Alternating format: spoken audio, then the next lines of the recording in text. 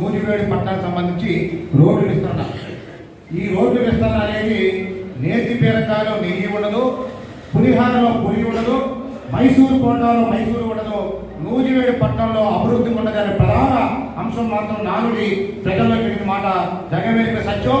ఎందుకంటే ఒక 20 సంవత్సరాల క్రితం ఎవరైనా నూజివేడి వదిలి వేరే ప్రాంతాలకు వెళ్ళి తిరిగి నూజివేడికి 20 సంవత్సరాల తర్వాత వస్తే ఆ 20 సంవత్సరాలకి ఏ విధంగా నూజివేడి ఉందో అదే విధంగా నూజివేడి ఉంటుంది తప్ప ఏ విధమైన మార్పు పట్టణంలో జరగలేదు. 1983 సంవత్సరంలో నూజివేడి పురపాలక సంఘంగా అభివృద్ధి చెందిన ఇప్పటికి దాదాపు 6 పాలక వర్గాలు నూజివేడి మున్సిపాలిటీని పరిపాలించిన ఏ విధమైన మార్పు పట్టణంలో ఛాయి కూడా కనబడతలేదు. కాబట్టి ఈ యొక్క రోడ్డు విస్తరణ మీద ప్రధాన ఎజెండాగా ఆంధ్రజ్యోతి పత్రిక తీసుకోవాలని సందర్భంగా మేము కోరుతున్నాము. అందులో శానిటేషన్ అత్యంత దారుణంగా ఉంది. ఇది ఒక రాజకీయ పార్టీ మీదకో ఒక వ్యక్తి మీదకో ఒక అంశం మీదకో మాట్లాడడం అనేది భావ్యం కాదు, కానీ తలా పిలకలు బలాపాతంగా ఉంటుంది. నూజివేడు పట్టణంలో దాదాపు 115 మంది కాంట్రాక్టు సైనిక వాటిల్లో మీద దాదాపు 70,000 జనాభాలో 40,000 ఓట్లు కలిగిన ఈ నూజివేడు పట్టణంలో పట్టుమని 10 మందితో శానిటేషన్ బాగుందని చెప్పించే సత్తా ఎవరికైనా ఉందా? 145 మంది శానిటేషన్ సిబ్బంది పనిచేస్తుంటే నూజివేడు అత్యంత దారుణంగా ఈ యొక్క మీరు గమనించినట్టయితే కేంద్ర ప్రభుత్వం ఏ గ్రామాల్లో అయితే శానిటేషన్ ఇక్కడ ఏ వ్యక్తి అడగండి శానిటేషన్ బాగుందని పట్టుమని 10 మంది నియోజకవర్గంలో ఈ 70,000 జనాభాలో చెప్తే మేమందరూ కూడా స్వాగతిస్తాం. మమ్మల్ని ఎంప్లాయీస్ కానీ ఎవరు చంపేస్తాయండి. వాటి చచ్చిపోమంటే మేము చచ్చిపోతాం. నిజంగా మా ఇంటి పక్కన యూనియన్ బ్యాంక్లో ధర్మేంద్ర గారు వాళ్ళ మిసెస్కి నడుమిరిగిపోయి 3 నెలలు బెడ్ రెస్ట్ తీసుకున్నారు. కోతుల గురించి అడుగుతున్నాం కానీ దానికి సమస్యను మాకు సొల్యూషన్ చేయించట్లా. ఆ పార్క్ ఉంది, ఆ పార్క్లో రోజు నైట్ టైం అక్కడే ఉంటున్నాయి. ఇప్పుడు ఈవినింగ్ కాడి నుంచి ఇప్పుడు కావాలంటే ఇప్పుడు చిన్నపిల్లలు తీసుకురావడానికి మేము భయపడాల్సి వస్తుంది. వాటికి అక్కడ ఏంటంటే ఇప్పుడు అందరి ఇళ్ళ పక్కనలాగా తర్వాత కర్ర వేసుకుని వచ్చి పక్కన వచ్చి సపోర్ట్ చేసేవాళ్ళు కూడా ఉండరు. ఒకళ్ళు ఎంతగానో ఎన్ని కోతులతో పోరాడమంటారు మమ్మల్ని అర్థం కావట్లా. అవి అక్కడ అయిపోతున్నాయి.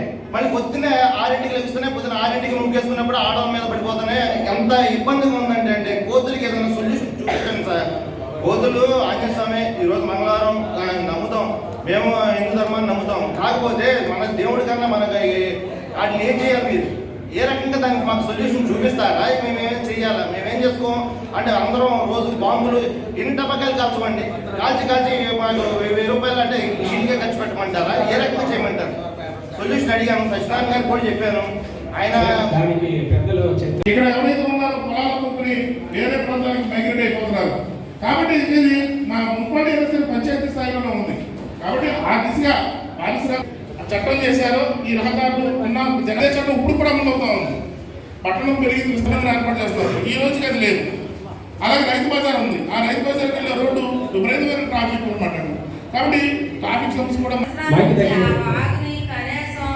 కుక్కలేంతో లాగటమే కానీ ఆ వాగు ఏదైనా కడతం చేద్దామన్న మాట ఎవరికీ లేదండి. దోమలు ఎక్కువైపోయి జ్వరాలు వచ్చి నానా బాధలు పడుతున్నామండి. దయచేసి ఆ వాగుని గురించి చూసి కాలం కట్టించమని అడుగుతున్నానండి. మా వార్డు పక్కన ఉన్న పెద్ద వాగు, దానికి 3 వాగులు కలిపి సిలువుగడ్డ దగ్గర నుంచి ఒకటి, రేగుంటి నుంచి ఒకటి, తర్వాత మధ్యలో తోటలో నుంచి ఒక వస్తాయండి. అవి 3 కలిసి అది వాగ్గా ప్రవహిస్తుందండి. బస్ స్టాండ్ దగ్గరికి రాగానే అది కాలం అయిపోయిందండి. 2 అడుగులు కాలం అయిపోయింది. 80 అడుగులు వాగు బస్ స్టాండ్ దగ్గరికి రాగానే 2 అడుగులు కాలం అయిపోయింది. దానిలో విపరీతమైన దోమ అదంతా పూలిపోయి అక్కడ ఆ బస్ స్టాండ్ దగ్గర చిన్నపాటి వర్షం వస్తే ఆ నీళ్ళన్నీ దుర్వాసనతో బస్ స్టాండ్ లోపలికి వెళ్ళిపోయి నానా జంగాలం అయిపోతుందండి. దాన్ని పరిష్కరించాలని ఆంధ్రజ్యోతి ఛానల్ ద్వారా నేను కోరుకుంటున్నాను. అంటే నేను చిన్నప్పుడు నూజివీడు చాలా చాలా చాలా అప్పుడు వ్యాపారాలు కానీ, అప్పుడు నూజివీడికి వచ్చే జనం కానీ, అప్పుడు వచ్చే పబ్లిక్ కానీ, అప్పుడు చేసిన పండుగలు కానీ, ఏ క్రీడా సంబరమైనా లేకపోతే ఉత్సవాలైనా ఏదైనా చాలా ఘనంగా ఉండేవి. మరి రాను అవన్నీ కొనాలికి పోయి ఈ రోజున నూజివీడు నుంచి ఇతర ప్రాంతాలు చదువుకునే వెళ్ళేవాడు కానీ లేకపోతే చుట్టాలు కానీ బంధువులు కానీ నూజివీడు రావడానికి భయపడే పరిస్థితి ఈ రోజు నూజివీడులో నెలకొంది. అది దీనికి కారణం ఏంటి? ఎందుకు ఇలా జరిగింది? ఎక్కడైనా పంచాయతీ నుంచి major panchayat, major panchayat municipality నుంచి సిటీ నుంచి కార్పొరేషన్ నుంచి పెద్ద సిటీకి డెవలప్ అయ్యే పరిస్థితిలో మరి డివిజన్ హెడ్ క్వార్టర్గా ఉండి దాదాపు 50 సంవత్సరాల క్రితం నూజివీడులో కిటకిటలాడుతూ ఉండేవాడు పబ్లిక్ వచ్చేది, వ్యాపారాలు కూడా బ్రహ్మాండంగా ఉండేవి.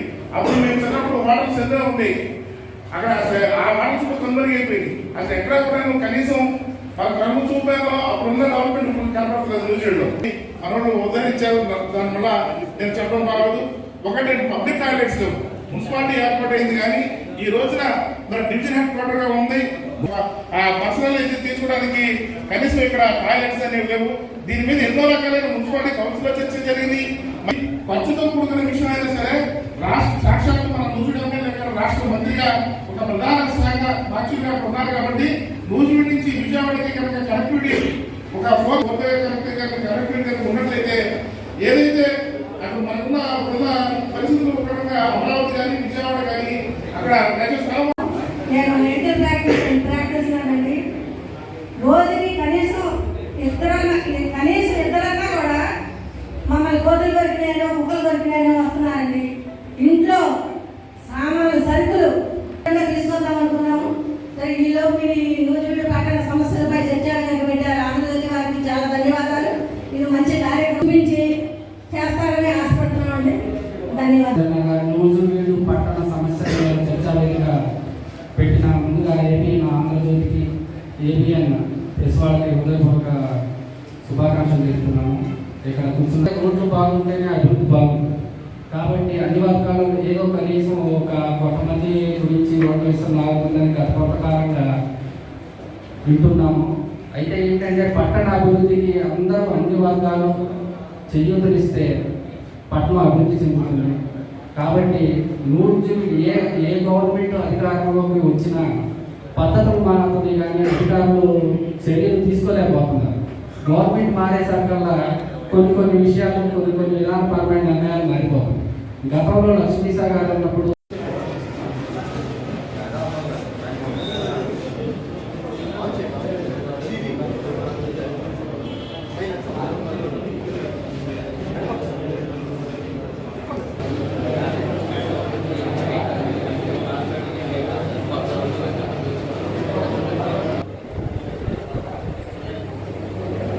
ఆంధ్రజ్యోతి ఏబిఎన్ అక్షర పండగ ప్రజలకు ఇదే మా స్వాగతం.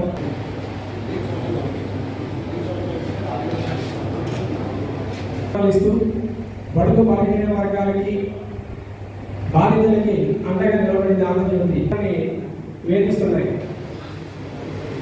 అలాగే ఈ సమస్యల్ని పరిష్కరించడం కోసం జనాభా పెరిగారు కానీ రోడ్లు పెరగలేదు. చాలా ఇబ్బంది పడుతున్నారు సార్ ఈ విషయంలో. ఇది గతంలో నేను కౌన్సిలర్గా ఉన్నప్పుడు కూడా 4-5 సార్లు నేను కౌన్సిల్లో పెడితే అప్పుడు లాస్ట్లో వాసరావు గారు భార్య చైర్మన్గా ఉన్నప్పుడు కౌన్సిల్ తీర్మానం చేశాం సార్. కౌన్సిల్ తీర్మానం చేసి అది సిఆర్డీకే పంపిస్తాం. సిఆర్డీ పరిధిలో ఉంది.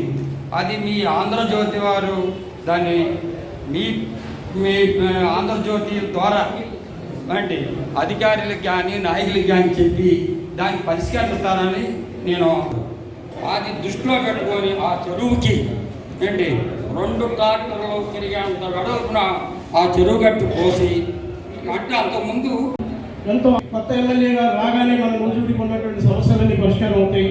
అట్లాగే మున్సిపల్ ఎలక్షన్స్ వచ్చిన ప్రతిసారి కూడా కొత్త మున్సిపల్ చైర్మన్ వస్తున్నారు. మన నూజివీడికి మంచి దాదాపు 40 సంవత్సరాలు అవుతుంది నూజివీడు మున్సిపాలిటీ అయ్యి. మరి నూజివీడికి ఉన్న అవసరమైనటువంటి కనీస సౌకర్యాలు అనేవి కూడా లేకుండా ఉన్నాయి. ఒక పార్క్ అనేటువంటిది లేదు. ఎవరైనా కాసేపు ఒక ఫ్యామిలీ తోటి ఒక 5 నిమిషాలు 10 నిమిషాలు ఒక అరగంట ఎక్కడికన్నా వెళ్ళి బయటకు వెళ్ళి కూర్చోవాలి అంటే నూజివీడు పట్టణంలో పార్క్ అనేది లేదు. మరి ఎప్పుడో పూర్వకాలంలో పంచాయతీగా ఉన్నప్పటి నుంచి గాంధీ పార్క్ అనేటువంటిది ఉంది, జరిగింది. ఆ రకంగా ఆ పార్క్ పోయింది. మరి రామాయణంలో ఒక పార్క్ ఉంది, ఆ పార్క్ కూడా నిరుపయోగం అయిపోయింది. అట్లా నూజివీడికి పార్క్ అనేటువంటిది లేదు. సరే, ఇది ఎట్లా ఉంటే రాఫిన్స్ ఎస్టేట్స్ వారు మరి నూజివీడులో ప్లాన్ వేసి వాళ్ళు కొత్త పార్క్ని డెవలప్ చేసి కన్స్ట్రక్షన్ చేసి సర్వాంగ సుందరంగా తయారు చేసి పట్టణం మున్సిపాలిటీ వారికి ఇచ్చారు. మరి కనీసం దాన్ని పబ్లిక్కి యూజ్ చేస్తే విజయవాడ రాఘవయ్య పార్క్ లాగానో రాజీవ్ గాంధీ పార్క్ లాగానో మరి టికెట్ పెట్టినా సరే కూడా బోర్డు అంత ఆదాయం వచ్చేటువంటి అవకాశం ఉంది. అయినా సరే కూడా దాన్ని కూడా నిర్లక్ష్యం చేశారు. అనుకున్నారు తప్ప ఇల్లు చూసి ఇళ్ళగా చూడకున్నారు. కాగా నూజివేడు పక్కన రోడ్లు చూస్తే, నూజివేడు పక్కన డ్రైనేజీ చూస్తే, నూజివేడు పక్కన శానిటేషన్ చూస్తే నూజివేడు మీద ఏ విధంగా ఉందో అర్థం చేసుకోండి. నూజివేడు పక్కన ఎంతో రాజకీయ ఘనచరిత్ర కలిగిన ప్రాంతం, స్వాతంత్ర సంగ్రామానికి కేంద్ర బిందుగా ఇచ్చిన ప్రాంతం, మహాత్మా గాంధీ గారు నిర్ణయించిన ప్రాంతం, స్వాతంత్ర సంగ్రామంలో పోరాటం 30 సంవత్సరాలుగా ఉంటూ ఉన్న సమస్యలే. నేను కూడా 20 సంవత్సరాల నుంచి ఇదే మున్సిపాలిటీలో మున్సిపల్ కౌన్సిలర్గా, అదేవిధంగా 2014 నుంచి మున్సిపాలిటీలో అపోజిషన్ లీడర్గా ఉన్నాను. మీరందరూ కూడా పత్రికల్లోనూ సోషల్ మీడియా ద్వారానో ప్రతి కౌన్సిల్ మీటింగ్లో కూడా మేము ప్రధానంగా మాట్లాడే సమస్య ఏదైనా ఉందంటే అది శానిటేషన్ సమస్య. అందులో నో డౌట్ ఇక్కడ బ్రహ్మాండంగా జరుగుతుందనే మాత్రం నేను ఒప్పుకోను. లోటుపాట్లు ఉంటే దానికి కేవలం పాలకవర్గం అధికారుల మీదే మనం నిర్ణయించడం సరికాదు. టౌన్లో ఏం జరుగుతుందో మీకు తెలుసు. ప్రతి సంవత్సరమో లేకపోతే 2 సంవత్సరాలకు ఒకసారి మనం పూడికలు తీస్తాం. పూడికలు తీసిన తర్వాత మళ్ళా ఏదైతే క్యారీ బ్యాగులు కానీ, గ్లాసులు కానీ, కొబ్బరి బండలు కానీ ఇవన్నీ కూడా మళ్ళీ మనం అందులోనే డంప్ చేస్తాం. వాటి మీద నియంత్రణ లేదు. చెప్తున్నాను, 2014 తర్వాత 14 ఫైనాన్స్ 15 ఫైనాన్స్ తప్ప ఏ మున్సిపాలిటీకి ఏ గవర్నమెంట్ ఏదో తెలుగుదేశం వైసీపీ ఏ మున్సిపాలిటీకి డబ్బులు ఇవ్వలేదు. వాస్తవం ఇది. ఇంకొకటి వచ్చి ఒకవేళ 14 ఫైనాన్స్ 15 ఫైనాన్స్ లో మనకి డబ్బులు వస్తే ఆ డబ్బుల్ని కూడా మళ్ళీ మనం ఇప్పుడు తమ్ముడు మాట్లాడాం. ఒకళ్ళు అడిగారు ప్రతిరోజు వాటర్ సప్లై ఇవ్వాలని చెప్పి. ఒకరోజు వాటర్ సప్లై ఇస్తుంటేనే మన కరెంటు బిల్లు 30-40 లక్షలు వచ్చే పరిస్థితి ఉంది. 2 రోజులు ఇవ్వాలంటే మనం మళ్ళీ చెప్పాం, సమ్మర్ స్టోరేజ్ ట్యాంక్ నూజివీడులోనే పెద్ద చెరువులోనే 100 ఎకరాలు తీసుకొని కడితే మనకు వస్తుందని చెప్పాం. అలాంటి పరిస్థితి ఉంది. అలానే ఈ ఎలక్ట్రిసిటీ బిల్లులో మీకు తెలుసుకోవడం నాకు తెలుసు, యావరేజ్ గా మనకి ఒక 10,000 లైట్లు ఉండాలి. నూజివీడు టౌన్ లో మనం 14,000 లైట్లు తీసేసాం. దానివల్ల ఎలక్ట్రిసిటీ బిల్లు వస్తుంటుంది. దానికి దీనికి ఎప్పుడు మనకి 14 ఫైనాన్స్ 15 ఫైనాన్స్ లో ఒక 5 కోట్లు రాగానే సిడిఎంఏ నుంచి లెటర్ వస్తుంది వెంటనే. ఏంటి ఈ లెటర్ అంటే సిడిఎంఏ లెటర్ పంపిస్తారు. ఏమని, నువ్వు వాటర్ సప్లైలో 3 కోట్లు ఉన్నావు కదా, పెండింగ్ ఉన్నావు కదా, నువ్వు కరెంటు బిల్లు 2 కోట్లు పెండింగ్ ఉన్నావు కదా, 5 కోట్లు వెంటనే డ్రా చేసి వాళ్ళు పంపించి. అంటే గవర్నమెంట్ ఏం కావాలి, రెవెన్యూ కావాలి. ఇక్కడ మనకి ఇచ్చిన డబ్బుల్ని వాళ్ళు తీసేసుకుంటారు. ఇది 2014 నుంచి. ఎస్సీ ఎస్టీ గ్రాంట్లు ఇలాంటివి ఉన్నాయి చూసారా, వాటిని మాత్రం సప్లై నిధుల్లో వాటిని మాత్రం వేస్తున్నారు. మేము వచ్చిన తర్వాత నేను 2021లో స్ట్రైట్ క్వశ్చన్ వేసా కమిషనర్ని. కాంట్రాక్టర్స్ కేసు వేశారు సార్. 3.5 కూడా ఇలాగే ఉన్నాయి. కొన్ని వాహనాలు అక్కడ తుప్పుపట్టిపోతుంది. ఎక్కడ శ్మశానాల దగ్గర అవి ఎందుకు తుప్పుపడుతుంది, ఎందుకు కొన్నారు, ఎవరు కొన్నారు? నేను గవర్నమెంట్ కోసం నాకు సంవత్సరం లేదు, నలుగురు బాగుండాలని నేను ఆ పని చేస్తాను. సోషల్ వర్క్ చేస్తాను. నేను చేసే సోషల్ వర్క్ నేను ఎవరు పట్టించుకున్న అవసరం కూడా నాకు లేదు. అదేనండి, అన్ని నా దగ్గర సాక్ష్యాలు ఉంటే మరి హ్యాండ్స్ అప్ అన్నమాట. అందుకే ఇలాంటివి కూడా అలాగే రోజుల్లో గత 4 సంవత్సరాల్లో దీనిపైకి నేను గమనించిన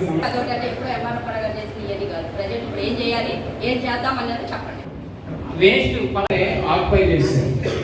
దాని నుంచి విముక్తి కలిగించి ఇప్పుడు శ్మశానానికి చిన్న ప్లేస్ అయితే చిన్నదే ఉంది. ఒక 4 ఇళ్ళు అంటే మళ్ళీ ఆ 4 కూడా ఇంకా దాని మీద దాహనం చేయాలి. ఈ 4 ఎకరాలను కూడా అది శ్మశానం కింద ఆక్రమించిన వాళ్ళ నుంచి విడిపించాలని, దాన్ని కూడా ప్రభుత్వం దృష్టికి నేను మీకు తీసుకెళ్లాలని తెలియవస్తున్నాను. దీనికి సంబంధించి అధికారులు, ఇక్కడ ఉన్నటువంటి ప్రజాప్రతినిధులు కూడా వాటికి సంబంధించి కొంత ఆన్సర్ చేస్తారు. ముందుగా అందరూ సమస్యలు ప్రస్తావించారు. మా మెయిన్ కాన్సెప్ట్ ఏంటంటే, ఒక చర్చ మీద జరిగితే ఒక సమస్య మా కోరిక ఏంటంటే, ఈ చర్చ మీ అందరికీ ఇందాక మిత్రులు సజెస్ట్ చేశారు. పారిశుద్ధ్యం మెరుగుపడాలన్నా చేయకుండా చూస్తాం. ఊళ్ళో శానిటైజేషన్ బాగానే చేస్తున్నామండి. ఎక్కడ ఇంత పెద్ద ఊళ్ళో కూర్చోడానికి జనాలు ఎక్కువ తీసుకొచ్చి అక్కడ వేస్తూ ఉంటారు. దాని మనం ప్రజలు స్పందించి ఫోన్ చేసి పెట్టే రెస్పాన్స్ అవుతామండి. అసలు ఓవరాల్గా నూజివీడు మున్సిపాలిటీకి వారి మంది ఎంత ఖర్చు పెడుతున్నారు సార్ శానిటేషన్ మీద? సుమారు ఆయిల్కే కానీ శానిటేషన్ జీతాలే కానీ శానిటైజేషన్ బాగానే ఉంటుంది. శానిటైజేషన్ ఒక రోజు లేకపోతే మనకి వాటర్ వస్తుంది సార్. దానికి ఏం చేసామంటే ఇప్పుడు మనకి మన నూజివీడు పట్టణంలోనే ఒక వేస్ట్గా పడేసిన వ్యర్థాన్ని తిని వాటి యొక్క శరీరం పాడయ్యి అవి చనిపోవడం కూడా జరుగుతున్నాయి. ప్రధానంగా పశువుల హాస్పిటల్ దగ్గర, పశువుల హాస్పిటల్ పక్కనే ఆ వ్యవస్థ ఉండగానే దాని పక్కనే పడుకొని దాని పక్కనే తిని మార్కెట్ రోడ్ దగ్గర చనిపోయిన ఆవులు చాలా ఉన్నాయి. ప్రధానంగా మీరు క్యారీ బ్యాగుల మీద బ్యాన్ అని స్వచ్ఛందంగా షాపులకి వెళ్ళి చెప్తారు, కానీ అది అమలు జరిపినప్పుడు కొన్నాళ్ళ వరకే పరిమితం అవుతుంది. మరి ఒక సమయం తర్వాత దాన్ని నిర్లక్ష్యం చేయడం వల్ల అవి మళ్ళీ క్యారీ బ్యాగుల రూపంలో సంతరించుకొని వేస్ట్ పదార్థాలు, డబ్బాలు, క్యారీ బ్యాగులు, గ్లాసులు అవన్నీ మళ్ళీ డ్రైనేజ్ వ్యవస్థలోకి రావడం వల్ల ఇప్పుడు ప్రధానంగా టౌన్ జడ్జికి వెళ్ళే దారిలో హరీష్ హోటల్ దగ్గర 2 రోజులకి చెత్త తీసినా సరే మళ్ళీ చెత్త తయారవుతుంది. ఆ వ్యవస్థను నిర్మూలించాలంటే ప్రధానంగా డ్రైనేజ్ వ్యవస్థని బాగు చేయాల్సిందిగా కోరుతున్నాను.